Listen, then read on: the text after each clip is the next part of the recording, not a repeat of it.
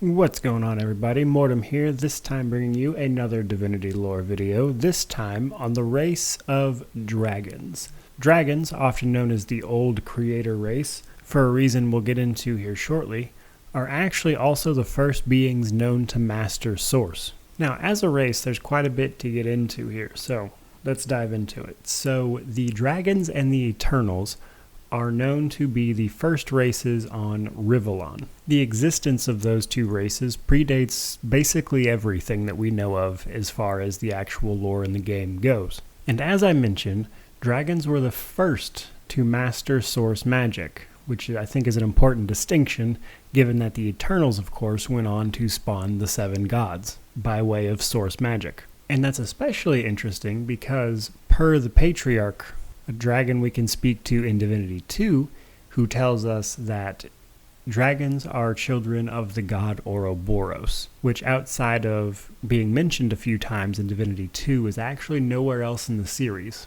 But it would seem that this dragon god and the creator of the dragon race predates everything that we know of as far as the lore goes, even, of course, the dragons themselves. Now, this is where we have to start differentiating a few things.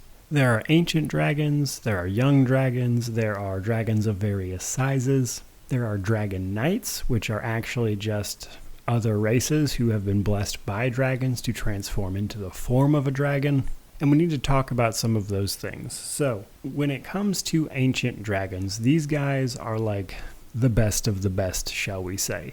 They have been around for a very long time. They are ancient, of course, but more importantly, they seem to be among the first generations of dragons. Patriarch the Black falls into this number. We also know of another dragon known as Aurora, which was a female that was actually mentioned in Divinity Dragon Commander, and potentially even the Devourer from Divinity Original Sin 2. Now that guy is a little harder to qualify because A, he's undead in that game, and we're not sure how old he is exactly. But he does seem to exhibit some of the powers listed as ancient dragon powers. Being the first beings to master Source and ancient dragons being around for that long, they are literally some of the first beings to have mastered Source magic, which is where we can get into some of the crazier accomplishments of dragons. So dragons are mentioned as the Old Creator race at times.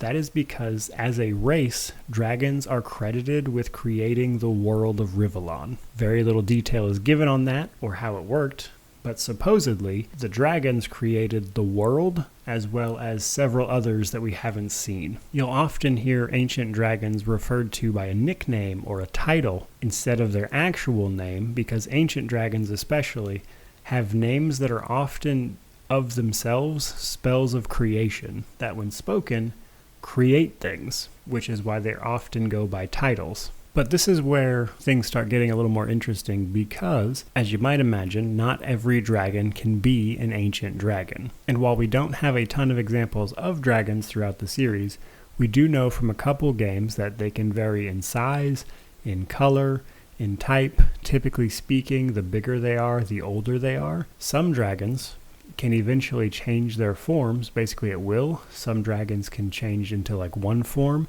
Ancient dragons seem to be able to take whatever form that they so choose, with Aurora herself actually being often transformed into a woman and even having a human child in that form, which I mentioned because it's not a crossbreed. That child is literally just a human, which speaks to the level of transformation that ancient dragons are able to take. And again, we don't have a ton of examples of just like average age dragons. Pretty much any dragon that can trace its lineage back to ancient dragons, is intelligent and has its own free will, is considered a true dragon. They are very rare, because this is where we need to start really differentiating between true dragons, dragon knights, and the overarching term dragon. Seemingly around the time the gods, the seven gods that is, took their power, dragons started mysteriously disappearing. No one's really sure why.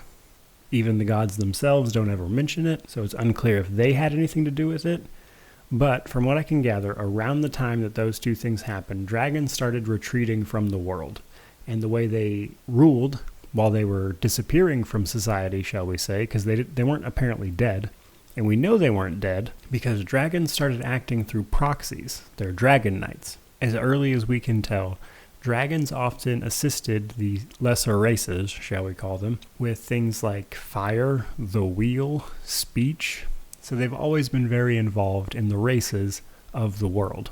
But once they started disappearing, dragons started actively kidnapping children and turning them into dragon knights. That is, training them, giving them that dragon's blessing, which then allowed that person to turn into a dragon at will. Now, as dragons disappeared more and more, and dragon knights did business on their behalf, they were often referred to as dragons themselves, and dragons became kind of interchangeable for both of them, even though that there is a distinction between true dragons and dragon knights. But the great mystery of dragons themselves is simply where they went.